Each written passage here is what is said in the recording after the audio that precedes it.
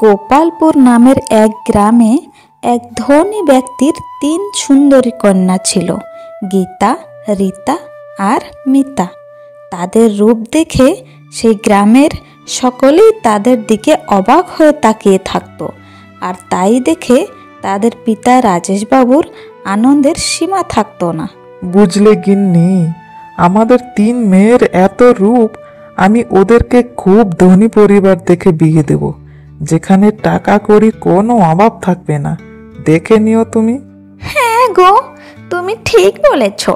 আমাদের মেয়েদের যেমন রূপ, সে রূপ দেখে তো সবাই পাগল। রাজেশবাবুর একজন ভাইও ছিলেন, খুব দরিদ্র আর অসহায়। তার একটি মেয়ে ছিল, নাম সম্পূর্ণা। সম্পূর্ণা দেখতে ঠিকঠাকই ছিল, কিন্তু সে ছিল খুবই দয়াবান আর গুণবতী। ঘরে দুবেলা দুমুঠো খাবার জোগাড় করার জন্য সম্পূর্ণা রাজেশবাবুর বাড়িতে চাকরানির কাম করত।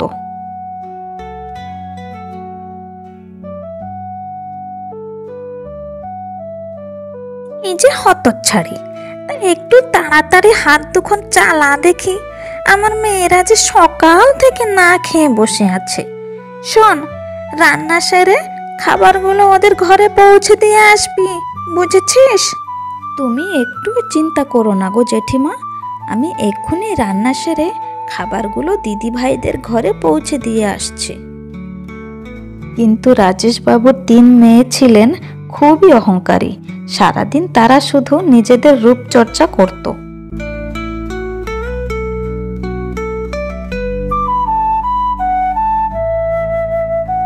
দেখ মিতা আর রীতা, তোদের দুজনের থেকেই আমি সব থেকে বড় আর বেশি সুন্দর, তাই সব থেকে ধনী ঘরে তো আমারই বিয়ে হবে। ওহো, সেগুড়ে বালি, তোদের দুজনের থেকেই আমি সব থেকে সুন্দর, বুঝলি? তাই ধনী ঘরে আমারই বিয়ে হবে। তোরা দুজন কি স্বপ্ন দেখছিস না কি রে? সবাই তো বলে আমাদের 3 বোনের ভেতর আমি সব থেকে সুন্দরী, তাই ধনী ঘরে আমারই বিয়ে হবে। এভাবেই তাদের 3 বোনের ভেতর রোজ তর্ক বিতর্ক হতো। কিন্তু সম্পূর্ণা ছিল খুবই দয়াবতী। ও ঘরের সকল কাজ কাম করত আর নিজের বাবার দেখাশোনা করত।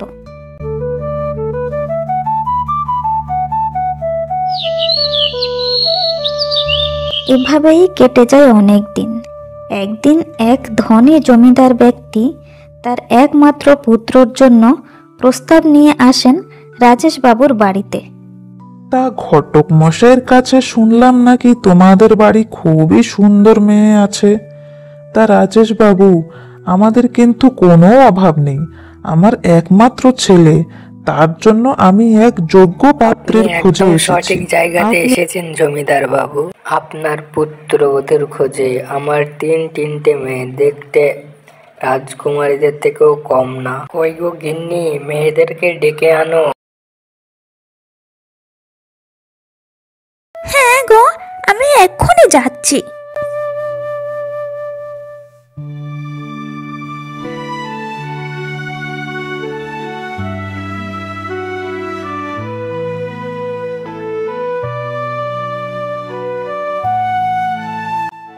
বাহ বাহ, খুব সুন্দর। তা দেখছি 3 বোনকেই দেখতে খুব সুন্দর। আমি তো বুঝেই উঠতে পারছি না কাকে থুয়ে কাকে দেখব। জ্যাঠামশাই, এই যে চা আর কিছু জল খাবার এনেছি। তবে এই মেয়েটা কে, ঠিক চিনতে পারলাম না তো। ও ও আসলে আমার ভাইয়ের মেয়ে। ওদের বাড়ি দুবেলা দুমুঠো খেতে জোটে না তো, তাই আমি আমাদের বাড়ি ঝি চাকরের কাজ করার জন্য ওকে রেখেছি। মা, এই মেয়েটা এখানে কেন এসেছে? একে যেতে বলো এখান থেকে। আমার তো মনে হয় ও এখানে জেনে বুঝে এসেছে। আরে তোরা চিন্তা করিস না তো, ওকে জমিদার মশাই দেখবেন না। জমিদার মশাই নিজের ঘরে একটা সুন্দর মেয়েকে পুত্রবধূ হিসেবে নিয়ে যাবে, নাকি ওর মতন একটা ঝি চাকরকে। ঠিক আছে, তা সবাইকে তো দেখে নিলাম, এবার আমি আসি। তা বলছিলাম জমিদার মশাই, সন্ধে তো হয়ে আসলো, আপনি না হলে আজকের রাতটা এখানেই থেকে যান, কাল সকালে না হয় চলে যাবেন।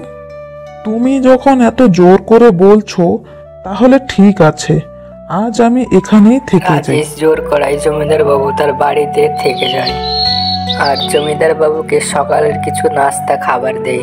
নাস্তা খাবার খেয়ে জমিদার বাবু খুব প্রশংসা করে।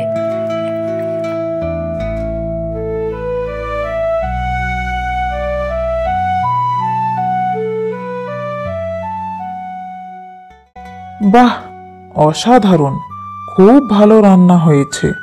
এইসব খাবারগুলো কে রান্না করেছে? আগে জমিদার মশাই, এসবই আমার 3 মেয়েরা রান্না করেছে। ওরা 3 বোন দেখতে যেমনই সুন্দর, কাম কাজেও খুব ভালো।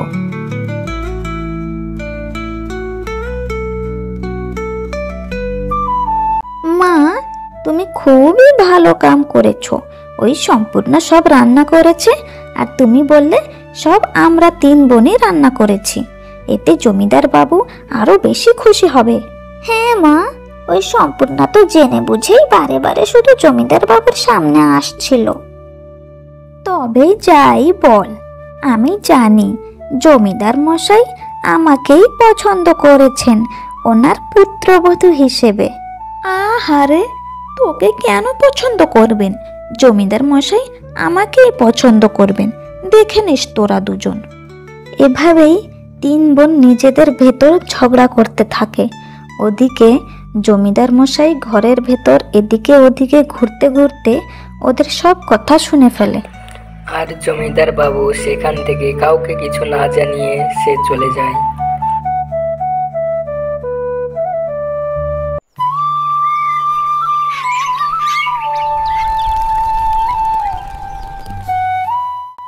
আচ্ছা রাজেশ বাবু, খুব ভালো লাগলো আপনাদের বাড়িতে থেকে। এখন আমি আসি, কাল সকালে আমার ছেলে এসে আপনাকে ওর মতামতটা জানিয়ে দিবে। এই কথা বলে জমিদার বাবু সেখান থেকে চলে যায়।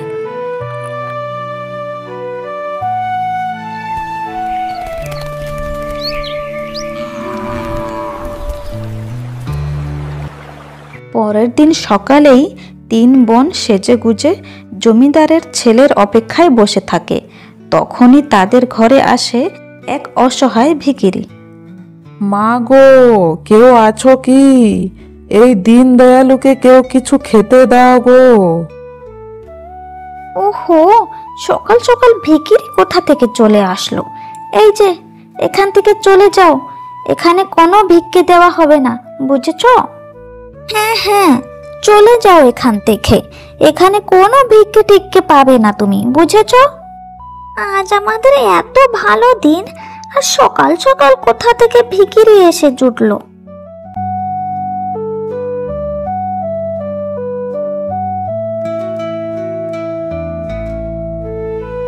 এই নাও, তুমি এই খাবারটুকু নাও। তোমাকে দেখে খুবই ক্ষুধার্ত মনে হচ্ছে। আমার কাছে তো তেমন কিছুটি নেই তোমাকে দেওয়ার জন্য, তাই আমার ভাগের খাবার তুমি নিয়ে যাও। তুমি খুবই দয়ালু গো। তুমি যদি খারাপ না ভাবো তাহলে আমি তোমাকে বিয়ে করতে চাই। কি রে সম্পূর্ণা, শেষমেশ তাহলে একটা ভিখিরিকে বিয়ে করবি তুই? তোর জন্য ওই ভিখিরিটাই ঠিক রে, না হলে তো তোকে কেউ বিয়েই করবে না। সম্পূর্ণার 3 বোনেরা এভাবেই ওর উপরে হাসি ঠাট্টা করতে থাকে। তখনই সেই জমিদার সেখানে উপস্থিত হন। আসেন জমিদার মশাই, আসেন। তা আপনার কি মতামত? আমার কোন মেয়েকে আপনার পুত্রবধূ হিসাবে পছন্দ করেছেন? আমার ছেলে তো পুত্রবধূ বেছে নিয়েছে। মানে কি বলছেন আপনি? এই যে দেখছেন, এ কোনো ভিখিরি নয়, এ ভিখিরির বেশে আমার ছেলে, আর ওর পছন্দই আমার পছন্দ। ও পছন্দ করেছে তোমার ভাইয়ের মেয়ে সম্পূর্ণাকে, তাই আমি ওকেই পুত্রবধূ হিসাবে নিয়ে যেতে চাই।